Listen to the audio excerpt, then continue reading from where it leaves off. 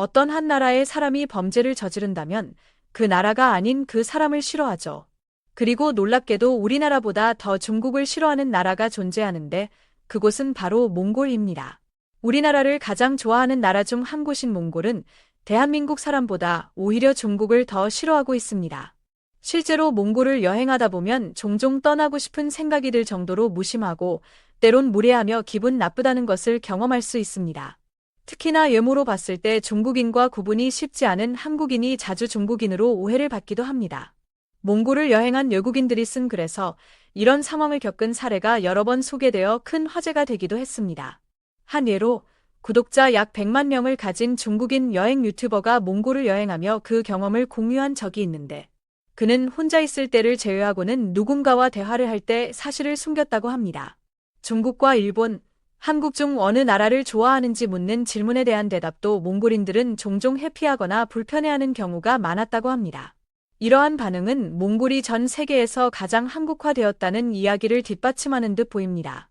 그럼 이제 중국인 친구와 몽골을 여행한 외국인이 작성한 글을 살펴보겠습니다. 그는 최근 중국인 친구와 함께 몽골을 여행하고 있었고, 여행이 끝나기 전에 친구는 빨리 돌아가자고 보채기 시작했다고 합니다. 그 외국인은 자신이 중국에 이사 온 지 3년 됐고, 이제 대학교를 졸업할 예정이라고 이야기하면서 중국에서 회사를 구하기보다는 다른 나라나 자국으로 돌아갈 계획을 세우고 있다고 밝혔습니다. 그는 몽골을 여행하고 싶었습니다. 책에서 읽은 바로는 과거 몽골은 아시아를 지배할 수 있는 강력한 힘을 가지고 있었고, 그 당시 몽골인들은 다른 나라의 사람들을 핍박하거나 괴롭히지 않았다고 합니다.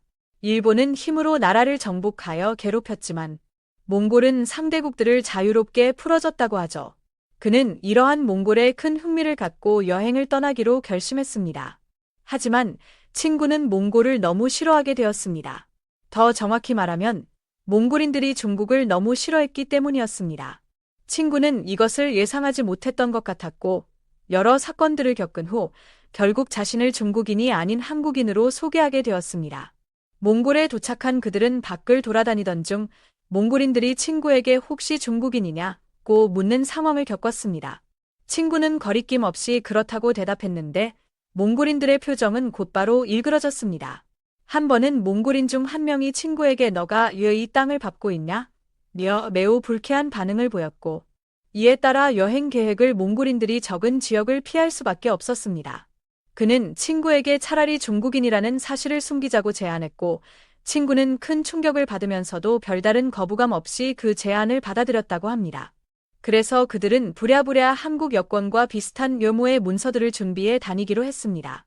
다행히도 중국인과 한국인은 외모가 비슷해 친구는 한국인이라는 이유로 더 나은 서비스를 받기도 했습니다.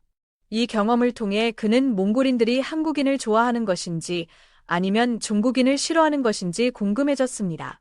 결과적으로는 몽골인들이 한국인을 좋아하는 것 같다는 결론을 내렸습니다.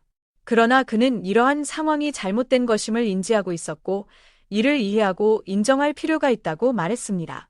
몽골은 주로 무역으로 경제를 운영하고 있는데 구리와 석탄과 같은 자원들이 주로 거래되고 있지만 그로 인한 경제적 이익은 그리 크지 않다는 점에서 어려운 현실을 겪고 있기도 합니다.